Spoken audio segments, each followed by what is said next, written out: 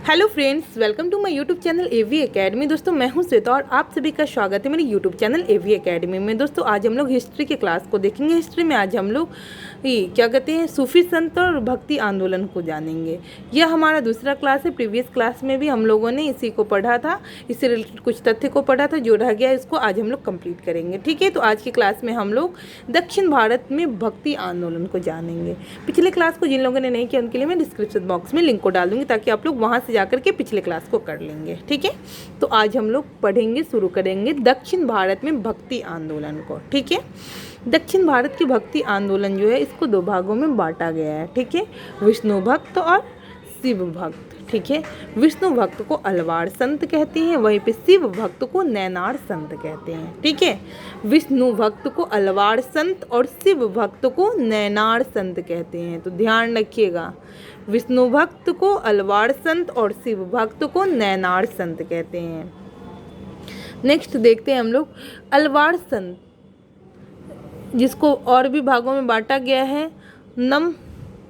नम्मालवार, ठीक है, मधुर कवि क्या है, नम्मालवार, मधुर कवि, अंडाल महिला, अंडाल जो महिला है, और कुलशेखर, इसको और चार भागों में बांटा गया है। अलवार संत को, अब नैनार संत को भी चार भागों में बांटा गया है। देखते हैं, निरूना बुकरसु, ठीक है, जो कि अपर है, और तिरुज्ञान संबंध क्या है, संबंदर, सुंदर मूर्ति, और चौथा है मणिक वाचकर। ठीक है, तो इस तरीके से विष्णु भक्त और शिव भक्त को देखिए हम लोग दक्षिण भारत में भक्ति आंदोलन को दो भागों में बांटा गया, विष्णु भक्त, शिव भक्त। विष्णु भक्त को अलवार संत कहते हैं और शिव भक्त को नैनार संत कहते हैं। विष्णु भक्त को भी चार भागों में बांटा है फिर, और शिव भक्त नैनार को भी चार भागों में बांटा है। तो देख लीजिएगा आप लोग। आगे बढ़ते हैं हम। ठीक है, गुरु नानक देव ने सिख धर्म की किस स्थापना, गुरु नानक देव ने सिख धर्म की स्थापना किसके शासनकाल में की थी? तो यह की थी सिकंदर लोदी के शासनकाल में। इंपॉर्टेंट है, ध्यान रखिए, गुरु नानक देव ने सिख धर्म की स्थापना किस शासक के शासनकाल में की थी? तो सिकंदर लोदी के शासनकाल में की थी। ठीक है, आगे बढ़ते हैं।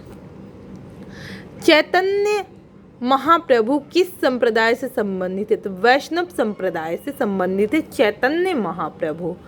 तुलसीदास किस शासक के समकालीन थे? तो अकबर तथा जहांगीर। तुलसीदास जो अकबर तथा जहांगीर के समकालीन थे। ठीक है, इंपॉर्टेंट है, ध्यान रखिएगा। तुलसीदास किसके समकालीन है? इस तरीके से क्वेश्चन पूछ देता है, कौन किसके समकालीन? तुलसीदास जो अकबर तथा किसके हैं, जहांगीर के समकालीन थे। ठीक है, किस सूफी संत के विचारों को सिखों के धर्म ग्रंथ आदि ग्रंथ में संकलित किया गया? फरीदुद्दीन जंग ए शकर, बाबा फरीद। ठीक है, आगे देखते हैं। मध्यकालीन भारत में संत रामानंद का जन्म वर्ष 1299 में प्रयाग में हुआ। ठीक है, मध्यकालीन भारत में हुआ था इनका जन्म, संत रामानंद का हुआ 1299 में प्रयाग में हुआ। इष्ट त्योहार, ईस्टर त्योहार के पीछे ईसाइयों की क्या भावना है? सूली पर लटकाए जाने के बाद इसी दिन ईसा मसीह पुनर्जीवित हुए हैं। ठीक है, भक्त तुकाराम किस मुगल सम्राट के समकालीन थे? तो जहांगीर। तुकाराम किसके समकालीन थे? तो जहांगीर के। ठीक है, भारत में चिश्ती सूफी संत को किसने स्थापित किया? तो ख्वाजा मोइनुद्दीन चिश्ती ने। भारत में चिश्ती सूफी संत को किसने स्थापित किया था? तो ख्वाजा मोइनुद्दीन चिश्ती ने। ठीक है, आगे देखते हैं। सूफी संत मोइनुद्दीन चिश्ती ने यह मान्यता थी, चिश्ती की यह मान्यता थी कि संगीत ईश्वर के निकट पहुंचने का एक साधन है। ठीक है, तो क्वेश्चन यहाँ पे पूछ सकता है कि किसकी यह मानता थी कि संगीत ईश्वर के निकट पहुँचने का एक साधन है? तो सूफी संत के मोइनुद्दीन चिश्ती की यह मान्यता थी। ठीक है, आगे देखते हैं हम लोग। ईश्वर केवल मनुष्य के सद्गुण को पहचानता है तथा उसकी जाति नहीं पूछता। आगामी दुनिया में कोई जाति नहीं होगी। यह सिद्धांत किस भक्ति संत का था? तो यह जो था, जो गुरु नानक का विचार था। ठीक है, गुरु नानक का। आगे देखते हैं हम लोग। रामचरितमानस नामक ग्रंथ के रचयिता कौन है? तुलसीदास। रामचरितमानस ग्रंथ के रचयिता तुलसीदास। तुलसीदास द्वारा ही रामचरितमानस लिखा गया है। ठीक है, तो इम्पोर्टेंट है, क्वेश्चन बनता है यहाँ से। देखिए, ध्यान रखिएगा। प्रसिद्ध सूफी संत हाजी वारिस अली शाह की मजार कहाँ स्थित है? तो देवा शरीफ में, बड़ा बंकी, उत्तर प्रदेश में। ठीक है, प्रसिद्ध सूफी संत जो हाजी वारिस अली शाह की मजार जो देवी शरीफ में स्थित है, जो कि बाराबंकी उत्तर प्रदेश में है। ठीक है, नेक्स्ट है शेख निजामुद्दीन औलिया किसके शिष्य थे? तो बाबा फरीद के। शेख निजामुद्दीन औलिया किसके शिष्य थे? तो बाबा फरीद के। ठीक है, आगे देखते हैं हम लोग। शेख निजामुद्दीन औलिया की दरगाह कहाँ स्थित है? तो हजरत निजामुद्दीन दिल्ली में। ठीक है, आगे बढ़ते हैं।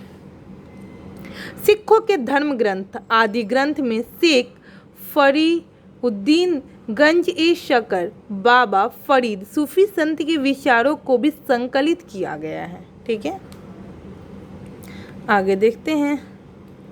प्रसिद्ध संत सलीम चिश्ती कहाँ निवास करते थे? तो यह जो फतेहपुर सीकरी आगरा में निवास करते थे। ठीक है, प्रसिद्ध संत सलीम चिश्ती कहाँ निवास करते थे? तो फतेहपुर सीकरी आगरा में। ठीक है, नेक्स्ट है शेख उल हिंद की पदवी किसने प्रदान की थी? तो शेख सलीम चिश्ती ने शेख उल हिंद की पदवी प्राप्त की थी। ठीक है, आगे देखते हैं हम लोग। ईसा मसीह का जन्म कहाँ हुआ था?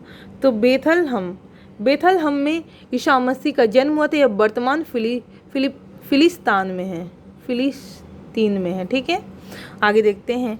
ईसाइयों द्वारा गुड फ्राइडे इसलिए मनाया जाता है क्योंकि इस दिन ईसा मसीह को सूली पर चढ़ाया गया था। ठीक है, ईसाइयों द्वारा गुड फ्राइडे क्यों मनाया जाता है? क्योंकि इसी दिन ईसा मसीह को सूली पर चढ़ाया गया था। ठीक है, आगे।